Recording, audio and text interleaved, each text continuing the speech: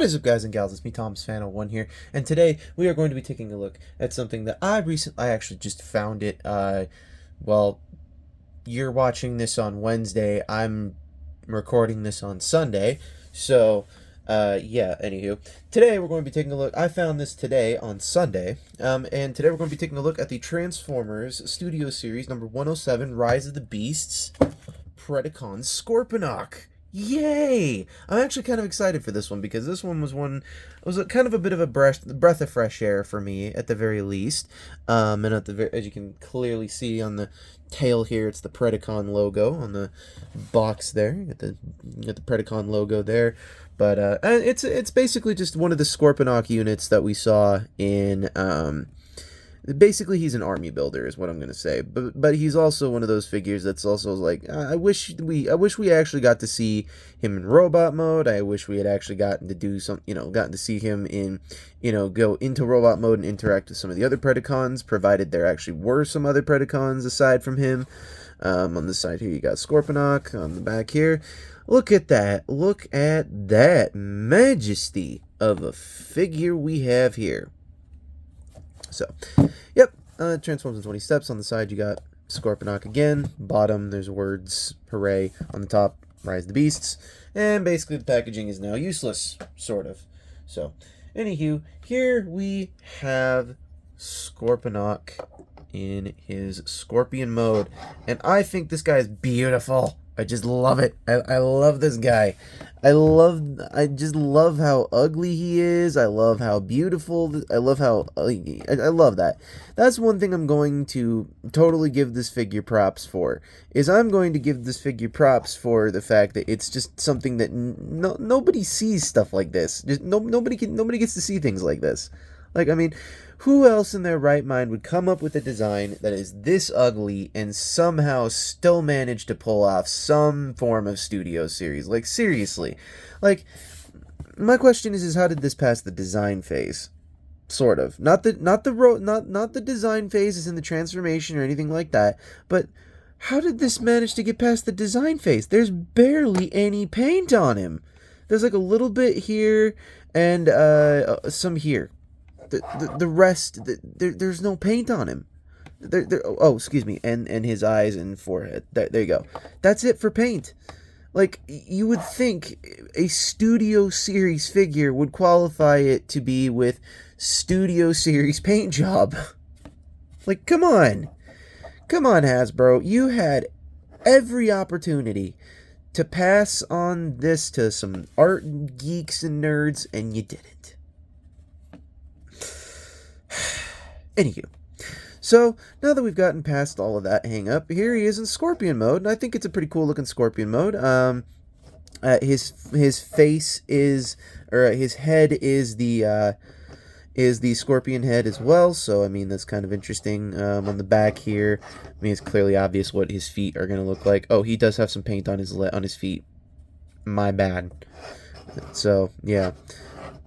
Anywho, that's basically it for Scorpion, or for Scorponok. Excuse me, not the Scorpion. Good job, Thomas Fan01. Now we got to get into some scale comparisons. That's what we got to do. And take note, this guy is much bigger than this one. So that's what she said. But anywho, here he is next to Studio Series Rise of the Beasts, Deluxe class.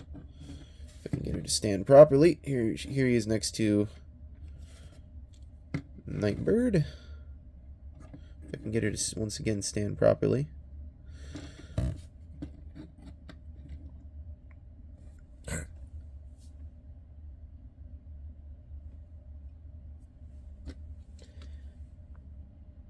Here he is next to Studio Series Rise of the Beasts of Voyager class. Battle Trap. And clearly, this is not accurate scale, but you know. And finally, here he is next to good old Mr. Scourge, Mr. Leader Class Scourge. He's next to his. Well, I don't know. Is he the commander-in-chief of the Predacons? I don't know. Somebody tell me down below. I don't know. I think Unicron might be, but I don't know if he is or if Unicron is. So somebody tell me down below. And now that we've taken a look at all of the other Rise of the Beasts, baddies here, now we're going to take a look at this guy, and we're going to get him into robot mode. So, first thing you're going to do, at least what I find to do to make this easier, is unpeg the tail. There's just a port here and a peg here, and this sort of becomes relevant later on. I want to say sort of, because it's like this doesn't really do much for his thing. Oh, and take this peg piece and just rotate it downward. Trust me, I'll explain later. So we're going to take this and remove it off to the side. And now we're going to get into this. So what you're going to want to do first is you're going to bring these all the way down to the front, all the way up to the front, at least for the moment, so we can get them out of the way. Then we're going to come to these panels here, bring them out. Take these leg pieces and bring them downward. Mine are a little stiff, so be aware of that. So bring it down, bring it down. So basically now you want this panel opened up like that. So then you're going to come to this bottom section here, and you're going to open this chest section, and you're going to then take these leg pieces here. You're going to untab them. They just tab right on into spot right here. There's a tab piece, this tab slot, and right there, it's right here basically. And then you're going to kind of basically straighten them out, but you need to get them untabbed first before we get to the next piece. Straighten the legs out, and basically you're just gonna pull this down. Don't pull too hard, but pull just enough, and that way it'll come and collapse all the way down. So next, you're going to bring this panel section all the way down, but there is a section here and a groove there's a post and a groove section there. So basically just do it like this. Now we're going to work on the legs. Basically, it's very simple. I'm going to untab them on a hinge. I'm going to rotate them around. I'm going to take this. There's a tab section here that's going to go. These are very stiff legs too. Tab section right here, in this piece is going to go accordion right in there. So that way that's going to work out. And you're going to straighten out the leg. Now you got a leg all done. Do the same thing on the other side. Rotate it around. Straighten out the leg. Tab that in place. Make sure all of this is staying straightened out. Next, you're going to, well, basically untab all of this. I forgot one step that you're going to do in order to make this all stay in place. Don't tab this in just yet. Going to make sure these leg pieces are all the way at the back. Then you're going to come to this section. You're going to open it up like so and rotate it around like so. Do the same thing on the other side. Bring this in. Accordion it up like so. Bring the hands around. Rotate them like so. And then there are tab pieces here that are going to go into little grooves in here. And then you're going to peg that in place. Make sure all of this stays put. Bring the head all the way down. Come to the back of the legs. Basically, you're going to kind of, well, the way that I make this work is very different from the way that the instructions do, but I basically take them and I bring this all the way. I bring this panel or this hinge. Come on, this is where it becomes difficult. Bring it all the way in. Take the legs, bring them all the way up, like so. And then you come back to that. These legs are not very easy to do. You kind of just have to leave them hanging off the back a little bit, just a little bit, not a lot, but a little bit. So, and basically make sure this is another complaint I have to Hasbro. You couldn't figure out something to do with these legs here. You guys couldn't figure that out. Like that's the part that I'm like, for real, you guys could not in the slightest figure out something to do with these legs. unless I'm mistransforming it, which I'm positive I'm not. But this is the official version here a little bit. But you want these legs standing straight up is allegedly the idea. So straighten everything back out. And then you see this port on the underside of his arm? Going to take that straight. Basically, you're going to have this in the inside. Rotate the hand, and then you're going to take this, and you're going to shove that in the port, and you're going to take the hand, bring it flush with the tail, and there you have Scorponok in his robot mode. And I think, okay, the journey to where we are now, from where we were, is not the reason why I picked up this figure. No. The reason I picked up this figure is because I thought the transformation would be a whole hell of a lot different. But no, absolutely not. Hasbro had to disappoint me with this one. Just, yeah, I'm disappointed with this figure. I'm not selling it. I'm not getting rid of it. I'm just disappointed with it. There we go. Because, I mean, like, there was so much potential that they could have done with this, with the design of this figure. You could have had it Voyager class and actually made it, scale better with Primal. But this is not what I was expecting when I was jumping into the idea of, oh, we're gonna get a Rise of the Beast Scorponok. Hooray! That is not what I was picturing in the slightest. So, Hasbro, I'm going to give you a little bit of slack, but you're not getting a ton of it. You're definitely not getting a ton of it. Because, number one, this figure had zero design for a robot mode. This is one of those concept figures kind of thing going on here. Because we didn't see the robot mode. And I'm not 100% certain that they actually made a robot mode for Scorponok. And if you want the tail to sit flush, it actually doesn't look half bad. But it's not something I would definitely be praising.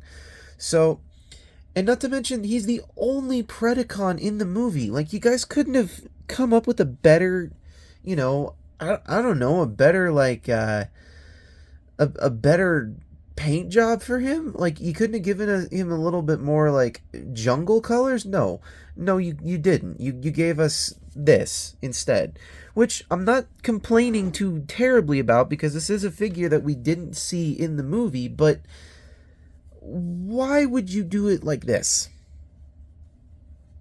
It's bothersome to me. It's like really, really, really, really bothersome to me. So, anywho, as for the robot mode, though, everything kind of works itself out a little bit in the transformation. I mean, it's kind of a shell former a little bit, but at the same time, it's also not too bad. So, anywho, now we're going to get into some scale comparisons, because y'all know we love those. Here he is next to Nightbird. If I can get her to stand properly. The camera disappears and she loses her form. There.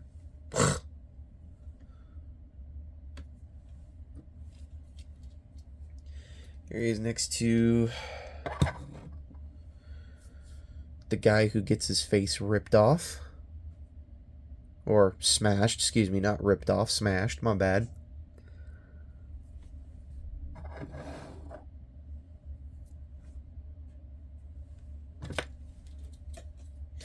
And finally, here he is next to the guy who got his face grinded off.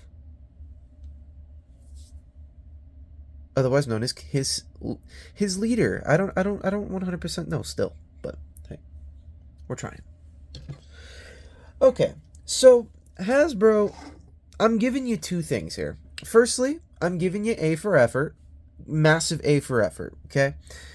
I'm giving you A for effort on the figure.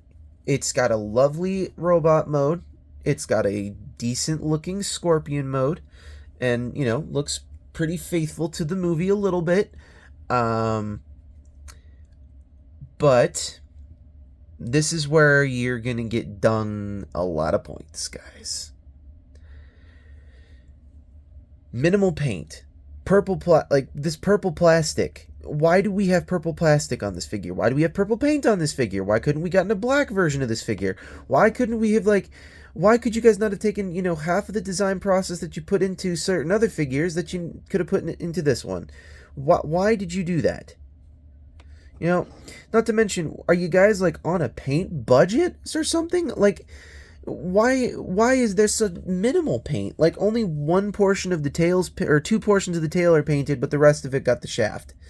And then the robot mode. You have the purple plastic for the arms. You have the gray plastic here. Why couldn't you just paint it silver? Or why couldn't you just give it black plastic with the silver wash?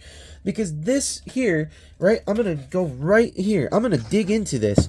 That is not what I saw in theaters. This was not purple.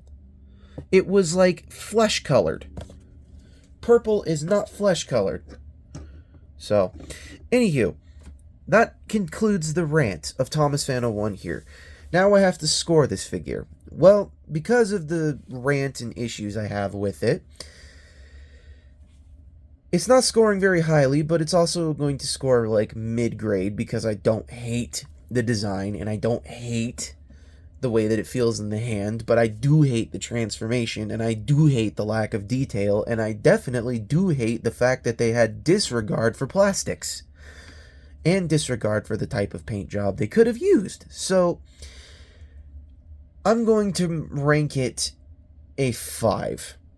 It's getting a 5. And I say 5 because it's very frustrating to rank a figure that you hate but like at the same time. Like, I like the design, I like where they were headed with it, the transformation is cancerous, the plastic is not correct, and the paint is very minimal.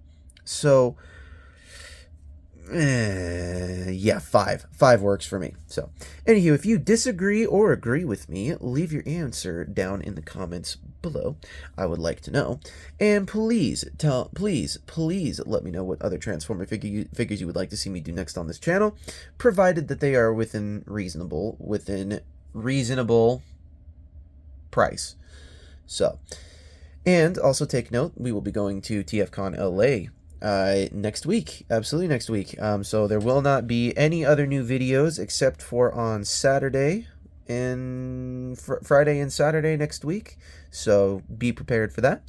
And this is Thomas Fan 01 saying, do not forget to check out Planet Toys, a world built by collectors, where they help pay for some of this shenanigans that I managed to get myself into with these beautiful looking figures, also with these horrible looking figures, with these shitty looking figures, with these okay looking figures, with these mid-grade looking figures.